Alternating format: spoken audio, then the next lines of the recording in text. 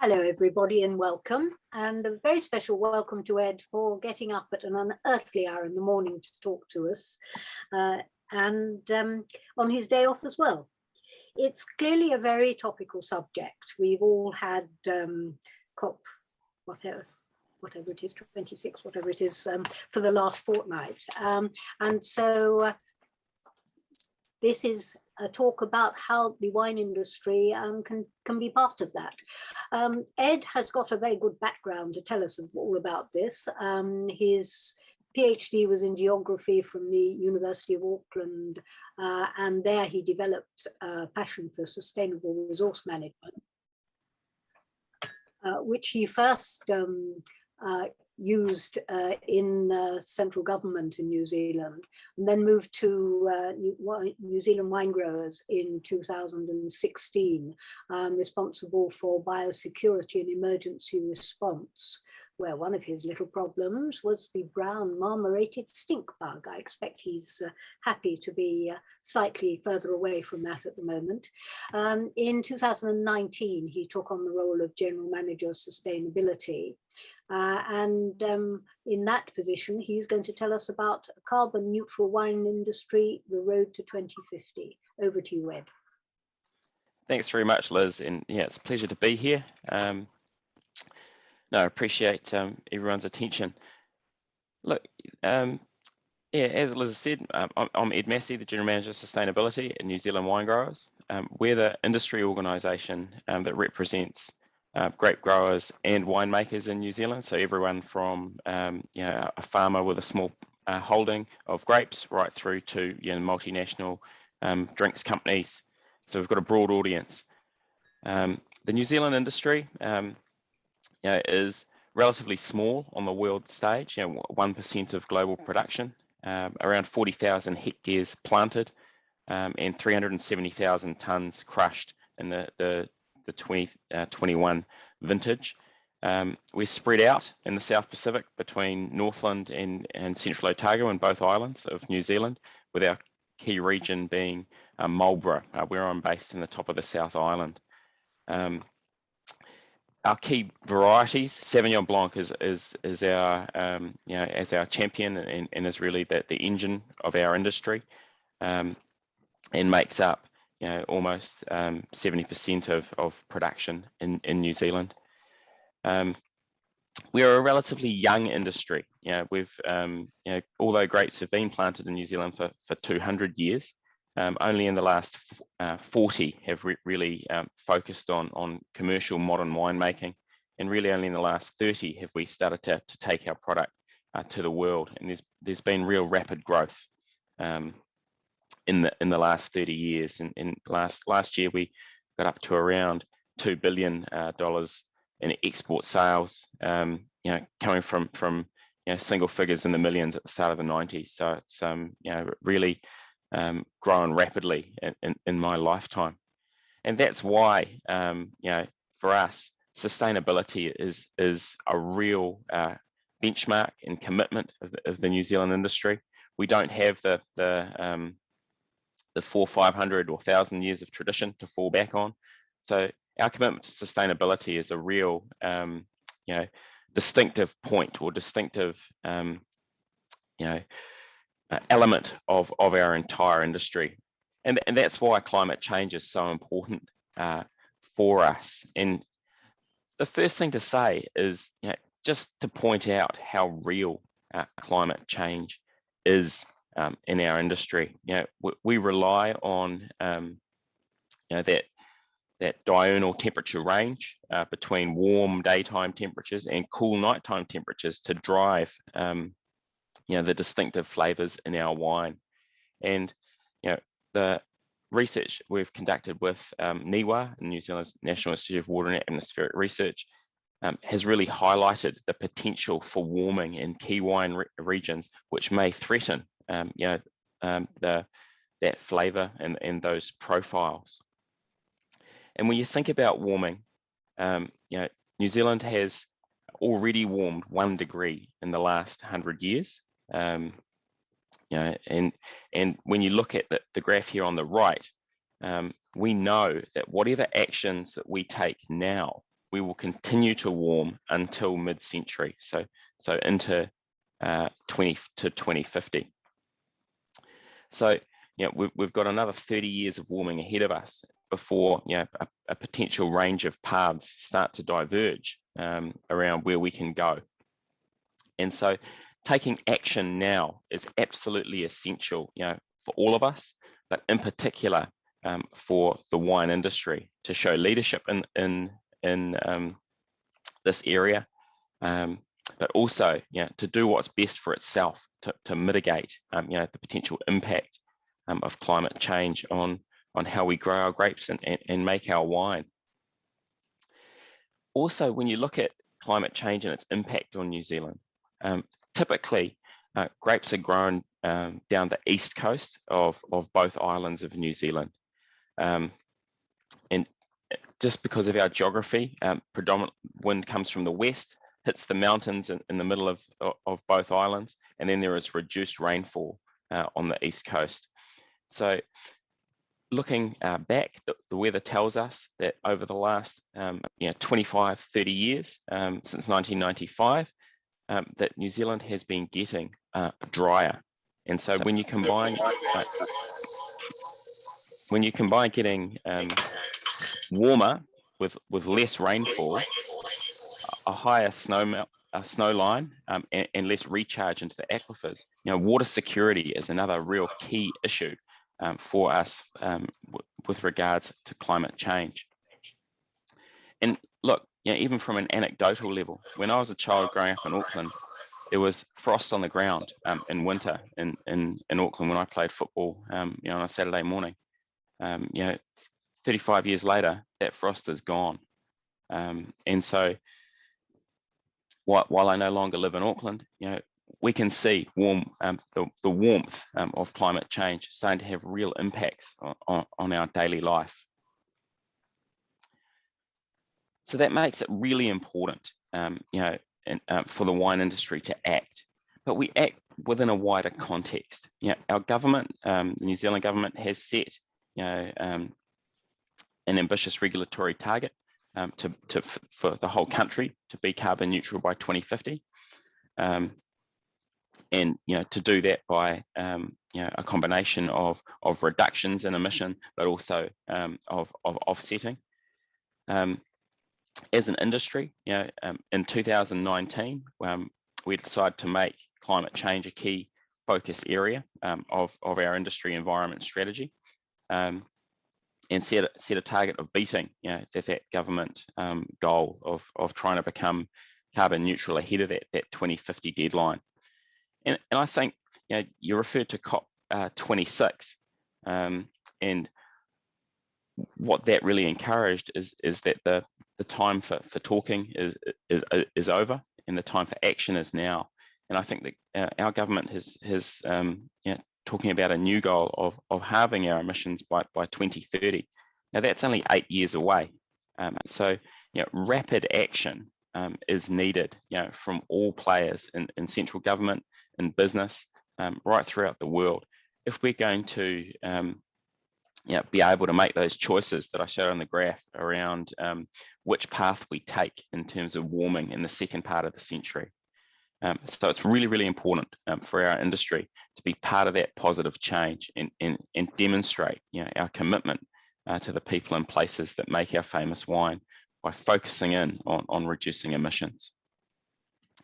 So that's a little bit of context of the risks, how we got to where we are, and our choices for what we can, where we can go in the future. I'll now move on a little bit into the wine as a whole, as an industry. Where do we sit now? We've been working with Toitu EnviroCare, which is one of New Zealand's leading carbon certification and research companies into the impacts of climate change. And what we wanted to find out was, well, where do we sit in the primary sectors in terms of our emissions as a primary sector, and also that the link between emissions relative to the value of the product that you produce.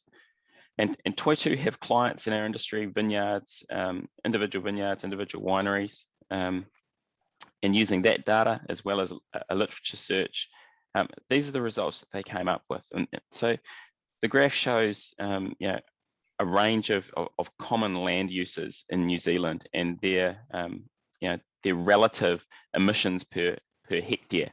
And as you can see there, of course, exotic forestry, growing trees, which eat carbon is highly negative, in terms of it sucks in carbon. But then when you look at grapes, based on the Toitū research, it's almost zero. So it's relatively low in terms of its total emissions. Morning, Freddie. This is my son. I'm just doing some work. Yeah, you can stay and see. So when you look at the rest of the graph, you've got cropping, kiwi fruit, sheep and beef, and dairy. And you can see the other horticultural crops, cropping and kiwi fruit, also relatively low. And then as we move into the pastoral industries such as dairy, we start to see larger emissions per hectare. And when you then overlay, the value of the industry, wine, or growing grapes and then processing it into wine, it means you've got a pretty good or a sweet spot, as Toitū called it, of low emissions with a high value. So for New Zealand, that transition to a carbon neutral future. Freddie, can I just finish my meeting and then I'll come out and I'll help you, okay? How long will it take? Only a few minutes, okay? How many? Okay. How? 20 minutes. Yeah. So as I was saying, when you combine the low emissions and the high value, the wine industry is in a sweet spot in terms of its potential role in the future for New Zealand's overall goal of reducing emissions. In essence, a land use away from pastoral farming and into horticultural cropping, and particularly viticulture, has the real potential to help us to reduce our emissions overall, which is really positive. And this research that Toitū's done has been backed up by our Climate Change Commission, and really highlighted that if New Zealand is going to play its part in climate change reduction, emissions reduction, that move land use from pastoral agriculture into horticultural land use is going to be really, really important. So, overall, we're in a good place now. We've got more work to do, but we're starting from a relatively good space. So what is the industry doing as a whole? Well, our climate change strategy can be summed up with these 4 words: measure, reduce, educate, communicate. Look, we think that we need, as an industry organisation, to assist our members to reduce their emissions as much as possible, as fast as possible. But because of the heterogeneity of our industry, we cannot rush. We have to educate and work and engage with our broad membership to tell them the why, and to give them the tools that they need to make the changes for themselves. Our membership is diverse. We've got some who have the resources and have already invested in distinct climate change or reduction activities, but some are still only being made aware of the potential impacts of climate change. And so we've got to work with everyone. It really comes down at the first step to measurement and knowing your numbers. And there's a lot of work across the New Zealand agricultural system to figure out how much individual farms are emitting. What are the opportunities for reduction that those bring? And the work to know your number is absolutely fundamental. New Zealand is, the wine industry is in a good space because we have, in 1995, established Sustainable Wine Growing New Zealand, or SWINS, as our flagship sustainability program. SWINS sets best practice for our industry through a lens of sustainability. In 2020, we made some significant changes to the program and established 6 focus areas: people, soil, water, pest and disease, waste, and climate change. And for our members, that means that they submit information on their practices across these 6 focus areas annually to New Zealand wine growers, to ensure that those practices are up to the standards set by SWINS. We verify that information through an independent audit every 3 years. SWINS works right through the value chain from grape to glass. So for a winery to use our SWINS logo, the grapes have to be produced in a sustainably certified vineyard, and the winery also has to be sustainably certified. SWINS as an industry program has grown rapidly since its introduction, and now 96% of vineyard area is certified under SWINS, and over 90% of wine by volume is produced in a SWINS certified facility. So what that means is we've got great coverage across the breadth of New Zealand industry. With over 2,000 members, we can be confident that when we use SWINS information to report on climate change, that we are really pushing forward a whole of industry position. And that broad membership is a real strength of our program, and a real highlight of our commitment and how we work to combat climate change. SWINS, it's really important to say that SWINS cannot and will never be a certified carbon accounting regime. We don't have the resource for that. But what we do is really focus on, through the questionnaire and the submissions we get from members, is the key sources of emissions from their vineyards and wineries. And when you look at what those are, it's really important to highlight that our members will always have more control over their scope 1 and 2 emissions. So that's the ones that they're directly responsible for, or the ones related directly up or downstream, than they do to emissions related to distribution. In the work we did with Toitu, part of that was made in response to a number of questions we were getting over the concept of food miles. So how can New Zealand wine be sustainable when you have to export your product to markets in distant locales? And so we had a look at the life cycle analysis of how wine is produced. What we found is 78% of the emissions relating to the production of a bottle of wine related to the growing the production of wine and its packaging, and 20% related to its distribution. And when you think about that almost 100% of New Zealand wine is exported offshore by sea, a relatively efficient way. It's that 78% that we can really take account of through our SWINS program. So as of this year, key emission sources in the vineyard, like diesel, fertilizer use, other chemical use, waste, are all being recorded. In the winery, again, electricity, refrigerants, LPG, and gas, as well as waste to landfill, also being recorded. So what we're getting is a really good measure of around 80% of the total emissions coming from both vineyards and wineries.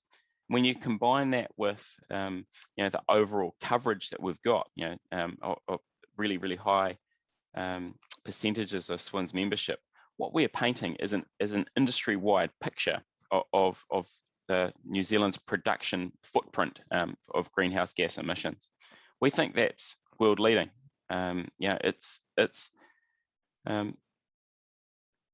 We can do it because of the scale of our industry and the fact that there's one organisation, I guess, representing everyone.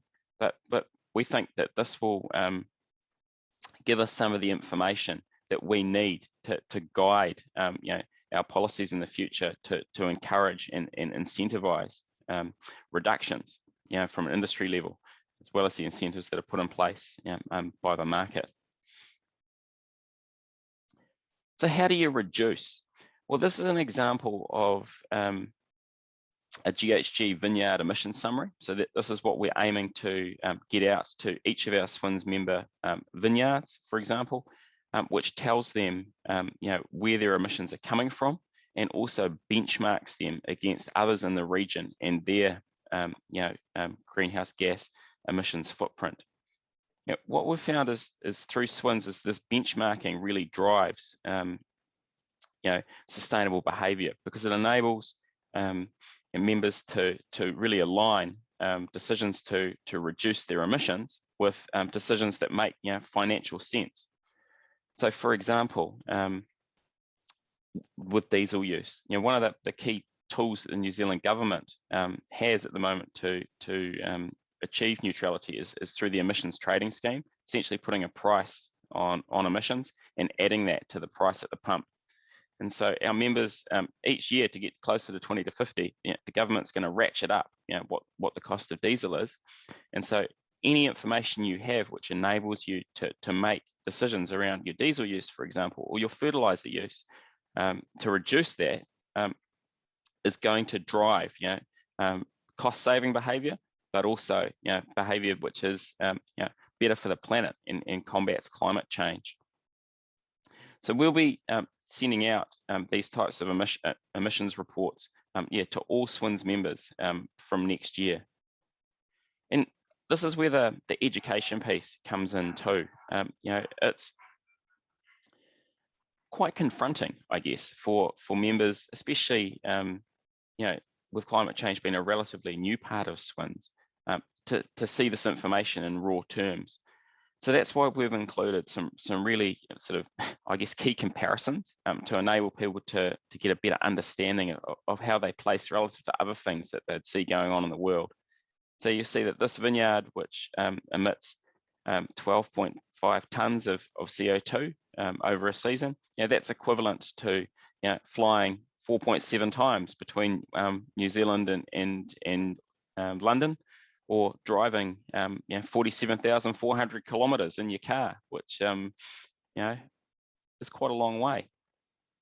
And we think that these comparatives are a really important part of the education piece.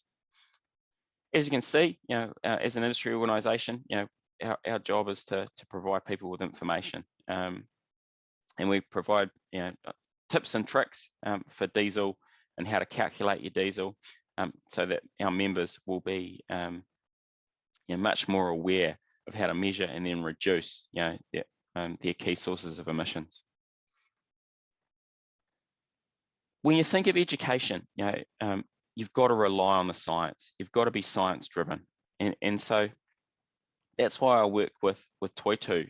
We really also focused on producing some emissions reduction guides for both vineyards and wineries, and really promoting those through our key channels, like our online, through webinars, through our Sustainability Guardians program, which is a program which encourages or brings our members together along with scientists and other stakeholders to really focus on innovation and sustainability. Climate change has been a big focus of that program over the last 18 months and will continue to be a really important part of what we do. Climate change is also front and centre in some of our key industry events, like Grape Days, which is our annual science roadshow, which moves from, through our key wine regions, engaging with large numbers of our members. we think that this education piece is absolutely vital to success.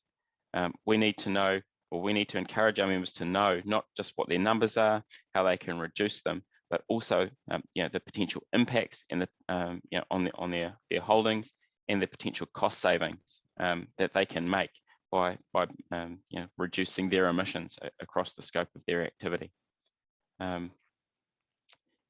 Education is fundamental to what we do. So when you think of our membership and the grower base, wineries, you're also thinking about the connections that they have, through through our economy. And it would be fair to say that we think that we've got to lead to draw others with us. And I think that's a challenge that we can lay down to all primary sector participants. If we want to protect what we've got and ensure its sustainability, we can't just stay within our industry. We've got to make that connection with others, within New Zealand and outside. And that's why, so that when we start to move from that education piece to the communication piece.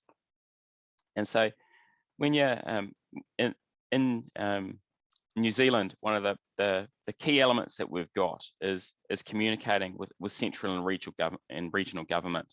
So we know that now they're really focused on establishing regulations that are going to drive New Zealand to a low emissions future. We want to be part of the solution and not part of the problem. And we see SWINS as a real vehicle, for us and our members to be able to meet those government aims. What that's going to do is not only demonstrate, that the wine industry's position across our primary sectors, but it's also going to speed up our transition as a country, which is really important. Communication is also critical, with our markets. When you think of wine and it being exported from New Zealand, the Sauvignon boom started in the late 90s, and has really exploded over the last 20 years. And there's a saying I've heard that you don't drink what your mum drinks. And we're moving through a generation of consumers who have been exposed to New Zealand Sauvignon Blanc. They love it, but what's going to keep them on Sauvignon Blanc? And when you think of what's driving consumer decision making, people are drinking less wine. Some younger people are choosing not to drink much at all. But when they are choosing to drink, they want a high quality product with great provenance, a great story behind it, authenticity, and also to know that they're drinking responsibly. And by communicating out what we're doing as an industry to our markets around where we're going in climate change, we think that this has a key benefit for the industry as a whole, making it more attractive to that younger generation of drinkers. Climate change is sort of, our Prime Minister called it the nuclear-free moment for this decade. And we think that as an industry, we have to be seen to be making real steps to reduce emissions if we're going to maintain our social license to operate in New Zealand, but also our social license to sell product internationally. So that communication piece is absolutely essential to success. So that really, I guess, brings sort of the key elements of the presentation to an end, but I'm really happy to get into some discussion on what we're doing and how we can, answer any questions that you have. And really hope to demonstrate, a commitment to sustainability and commitment to climate action. Thank you very much, Ed. That's very, very interesting. And I know that with the number of people, there's a number of people here that do have questions, and I'll open up the floor. And I know the first one has come through is from Meg Maker. Meg, would you like to unmute yourself and ask Ed the question? Thank you so much. That was really fantastic. And it's so invigorating to hear about the progress that you're making in New Zealand. I'm in North America, wine writer. I'm wondering about a certification badge or signifier that your members could potentially put on labels so that others who are unfamiliar with this program might have some assurance that this is a sustainably produced wine. I'm sure that go back to it, Meg. Very popular. This is our sustainable. This is our SWINS logo, or Sustainable Wine Growing New Zealand. As I said, SWINS has been around since 1995, and for a winery to use the logo on its bottle, all parts, of the production chain need to be sustainably certified, and so from the vineyard through to the winery, and even the bottling facility and the brand. So look for the logo. Sustainable Wine Growing New Zealand. I think we're one of the first sustainability programs. From memory, talking to some colleagues yesterday, there's 144 of them across the wider wine and spirits industry. But no, we really stand by SWINS, and what it means is that you're getting a sustainable product across those 6 focus areas: soil, water, pest and disease, waste, and climate change. Sorry. No, go ahead. I'm sorry. I didn't. I thought you were finished. I've never seen this badge. Is it that a lot of the wines for export, do they actually wear this badge, or is this more used internally? No. So a number of our key, with 90% of wine by volume produced in a SWINS certified facility, it may be that crowded labels or that back label where this badge will be displayed has not come to your attention. But no, when you're looking for New Zealand wine, I really do encourage to look for the SWINS logo. It really does certify that you're getting a sustainable product. It looks like Chris is showing us one here on his. Yeah, there's a bottle there, just on the back label of forest wines.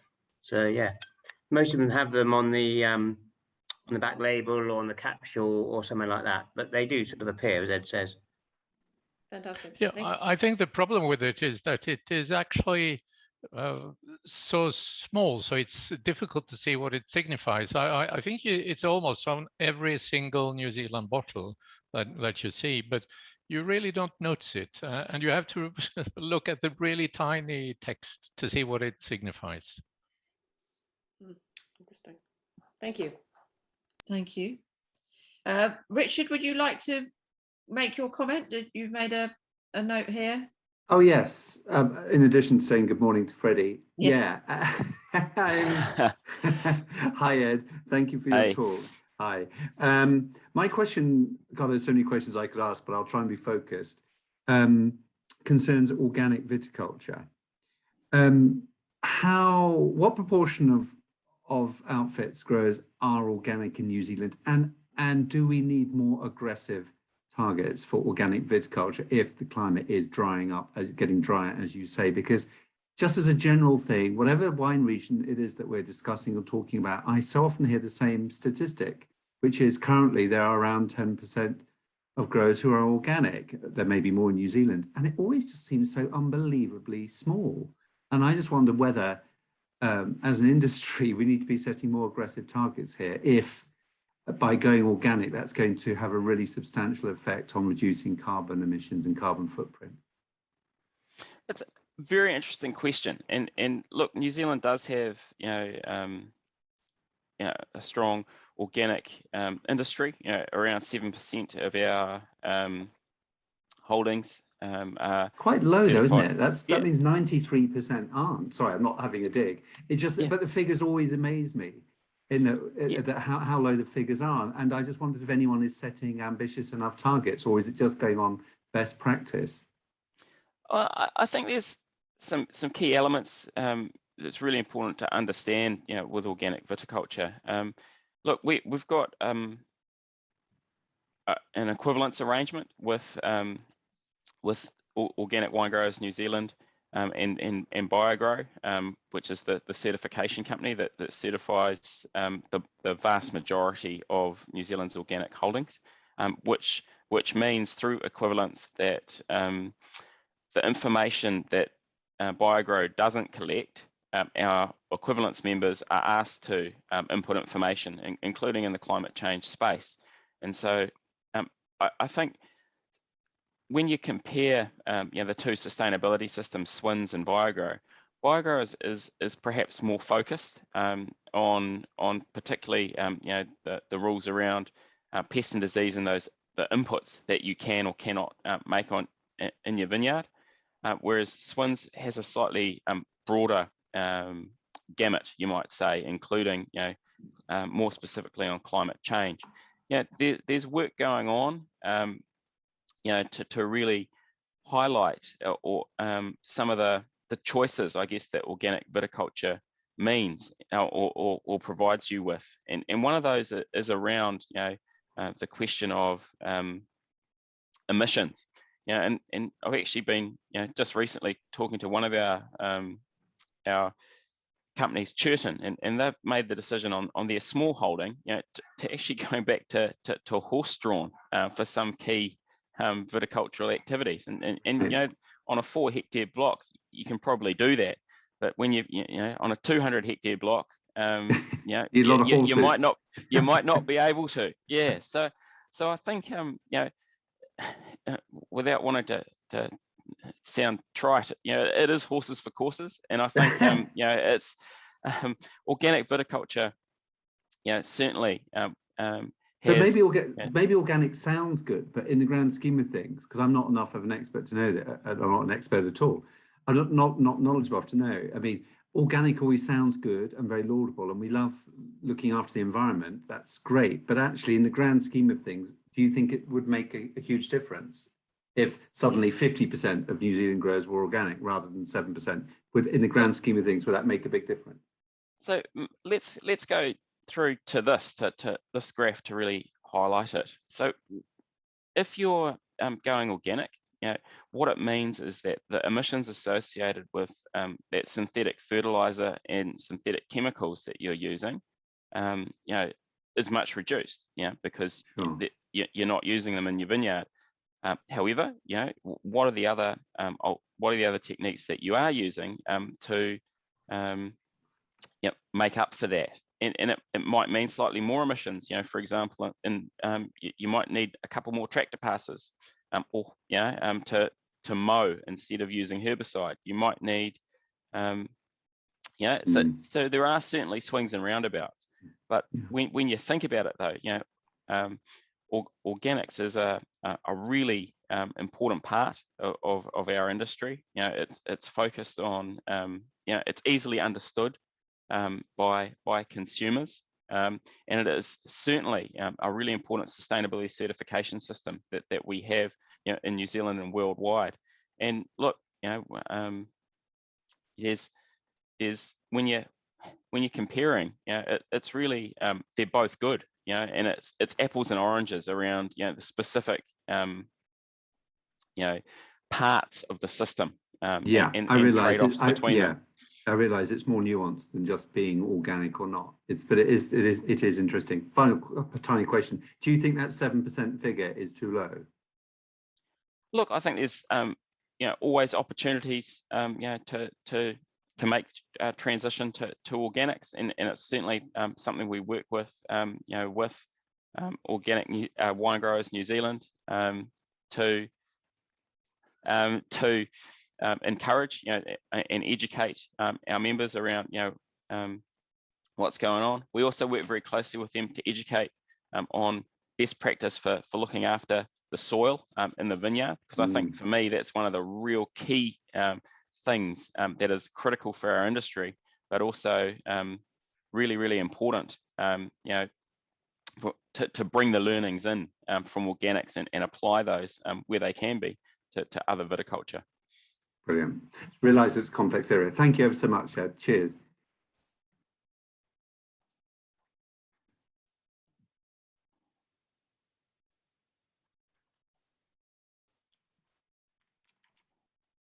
Andrea, I think you're muted. Were you saying? Sorry. Thank you very much, Richard.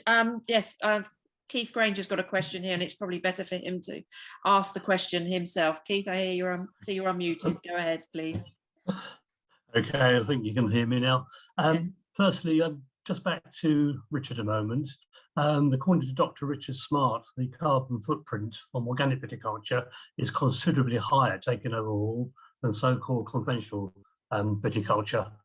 I'm not going to dwell on that, but perhaps you might have a look at some of Richard's papers. Ed, I think there are some elements here in the room which we never normally discuss. And I'll start with the amount of carbon dioxide produced in the fermentation of a litre of juice is about 60 litres. So in the New Zealand harvest of 2020, that equals 20 billion litres of CO2 produced from fermentations. Now that's come from the atmosphere in the first place, I accept that. But to the best of my knowledge, no producer in New Zealand is using carbon capture technology. That is getting developed. It does exist. Torres use it in Spain. I was at a Prosecco producer just a few weeks ago who are using it. And yet the same winery is actually buying in carbon dioxide. So this seems to be a massive missed opportunity. I've got a supplementary in just a moment, but any views on that? Yeah, look, so carbon dioxide is produced in fermentation. When we in working with Toitu, we talked about what the boundaries are of your measurement, and I think that's really, really important to understand those boundaries. And with Toitu, they use the ISO 14001 standard, which doesn't account for carbon dioxide produced through fermentation, and so we don't count that as part of. We don't record that information through SWINS at the moment. I think, as I said, for our industry, climate change, it's a new part of our sustainability journey, and we've got a heterogeneous industry. You've got to start somewhere. You've got to start with a base, and so we've chosen to exclude that, from the information that we record. And when you think about it, it's how long's a piece of string. I mean, when you're breathing, you're breathing out carbon dioxide. As a human, it comes from the atmosphere, sure, but can you account for it? You probably can't. And I think it's really to be honest, it was a pretty easy decision to try to exclude that, because, as you say, our ability to actually measure it, on a winery by winery basis at the moment is zero. In terms of carbon recapture technology, hey, look, that's a really exciting innovation, and I think it has a place, a really important place, in the road to 2050 of trying to be, carbon neutral. If we're going to make rapid changes, it does require investment, and I think these are the decisions that we're going to see from individual companies, as we move into the future. Okay, thank you so much. I mean, I think there's a great opportunity there, and it will be developed. My second one, though, is are you actively discouraging inward visits from wine writers and wine educators and wine tourism generally? Are we discouraging it? No, yes. I'd love to be encouraging it. Unfortunately, with COVID at the moment, we still have managed isolation, which has really, to try to get into a NZ-MIQ facility at the border is pretty hard, and B, it's a lot of sunk time and cost.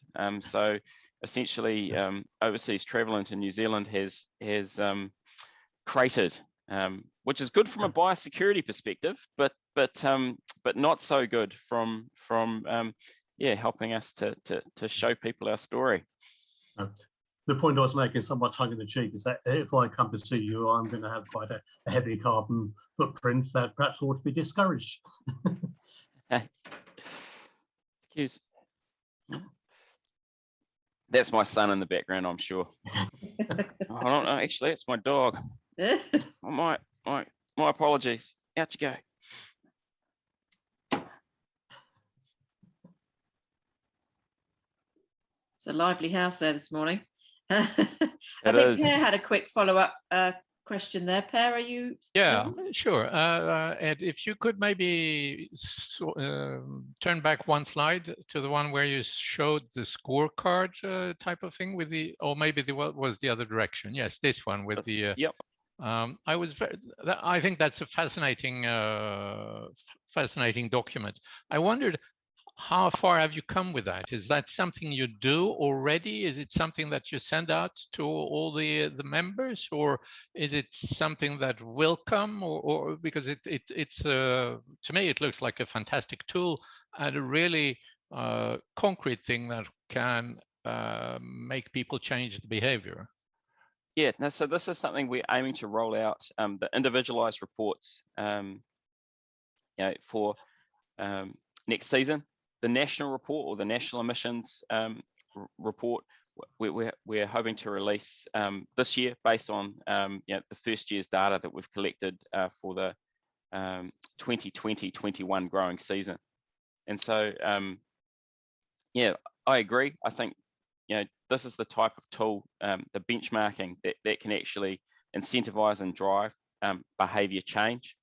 You know, for vineyards in particular, you can see, you know, the role that improved technology is going to have in driving emissions reduction. You can see like 50% there of you know, emissions associated with the vineyard, you know, is diesel. And so, you know, New Zealand has a really remarkably climate efficient electricity grid, you know, relying on hydropower.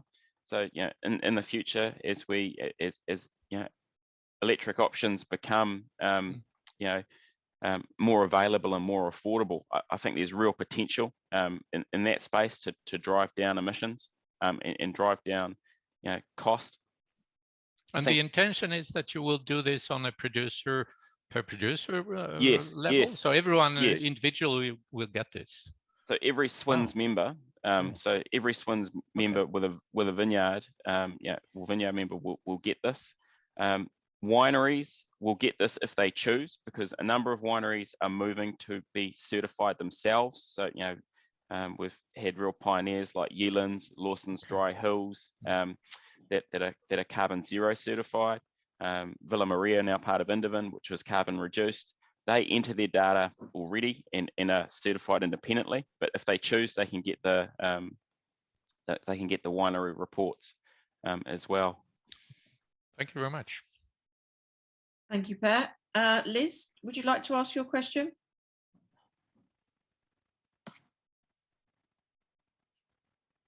Let me see. She might not. Liz's question was that 20% of emissions from distribution is still quite significant.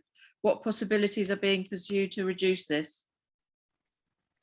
Yeah, good question. Oh, sorry, go ahead, Liz. Can I also add, in that, you mentioned carbon zero wineries. Are they carbon zero in distribution as well? So, well, this is going off the experience that we have with Toitū. New Zealand Wine Growers as an organisation is carbon reduced, not carbon zero. We know that the boundaries don't extend past you know, point of sale. So once essentially, you know, and this is just a carbon accounting thing more than anything. You know, once you buy a bottle or buy a case of wine, the emissions get associated to you. You know, if that makes sense. So like rather than the seller. So yeah, there's a clear boundary there. But your first question around you know, what can be done to minimize, you know, the emissions associated with distribution. we know that there are increasingly a number of partner organisations that are offering things like offsets for where you essentially choose to at point of sale to offset the carbon associated with the distribution. And so, we've had, it was pioneered here by, a company called Carbon Click. The CE was actually at COP26 a couple of weeks ago. And they've worked closely with one of our wineries, 362, in Hawke's Bay to introduce that carbon offsetting at point of sale. Again, I think there's real opportunities for to capture that sort of market, and I think we're going to see more and more of these types of offerings come up, and what our role is to really connect those entrepreneurs with our industry, for the benefit of the climate. Alice, some of these carbon capture companies don't have the best of reputations, and how effective it all is. Is there anything else that you can do to actually reduce the emissions rather than allow people to offset them? It's a tough one. It's a tough one at the moment of trying to, we are, with our key markets being the US, the UK and Europe, the other North America, Canada and Australia, there is distance. And, when you look at how we get them over there by generally by ship, it's a very efficient way to move in terms of carbon. I think it's, when you do some work, I think it's shipping a bottle of wine across the Pacific, uses less carbon than driving that wine from the west coast to the east coast of the United States. So it's but I think it's a work on. It's something that as an industry we need to focus on. One of the key elements that I think that we've got, low hanging fruit, if you will, is packaging.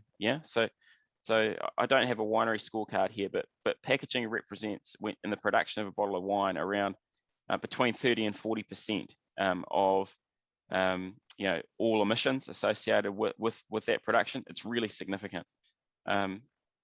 New Zealand has, in terms of its glass manufacture, some of the highest rates of recycling, of glass that's captured, turned to cullet, and then remade into new glass. So glass is a circular product. So I think there's a real potential here for the increased use of New Zealand glass, the increased use of lightweight bottles. So that's bottles that are around the 400 gram mark. And I think as an industry, as an industry organisation, and as collectively as influencers, wine writers, and wine companies, if we can do more to educate consumers around the benefits of choosing lightweight glass, because of its reduced impact on climate change relative to heavier bottles, I think that that's how we can move that low-hanging fruit, or remove it and reduce those emissions associated with packaging. Yes, certainly. That there's a lot of support for lighter bottles, but your argument about recycling glass in New Zealand isn't terribly relevant with all the bottles being exported, are they? You've got to find a way of getting the recipient countries to recycle the glass. Yep, that's true. That's true. But I think it's also, in terms of production, if we're producing those bottles here, it's important that we're doing that first step in production with the lowest footprint that we can. Yes, sure. Thank you very much. I'm not sure. And does anybody else have any further questions? Otherwise, I think that's that was the last question there, Liz. Okay, well, Ed, that's great. As you can see, it sparked lots of discussion, a little bit of controversy, and that's what we like in these sessions, to have the interaction with the speaker and to really have somebody who's on the ground and knows exactly what's happening. And Clean Green New Zealand will continue to improve its reputation, I'm sure. Thank you very much indeed. Thanks very much. Really appreciate the opportunity. And look, you know, climate change, yeah, it's a journey. We've got to accelerate the pace that we're moving, but you know, you've got to start somewhere, and you've got to strive for really, you know, ambitious, lofty objectives. And I think, you know, we've all got a part to play, but in terms of our industry, you know, it's crucial that we demonstrate, you know, what we're doing and our commitment to sustainability, because it's going to make a difference. Thank you.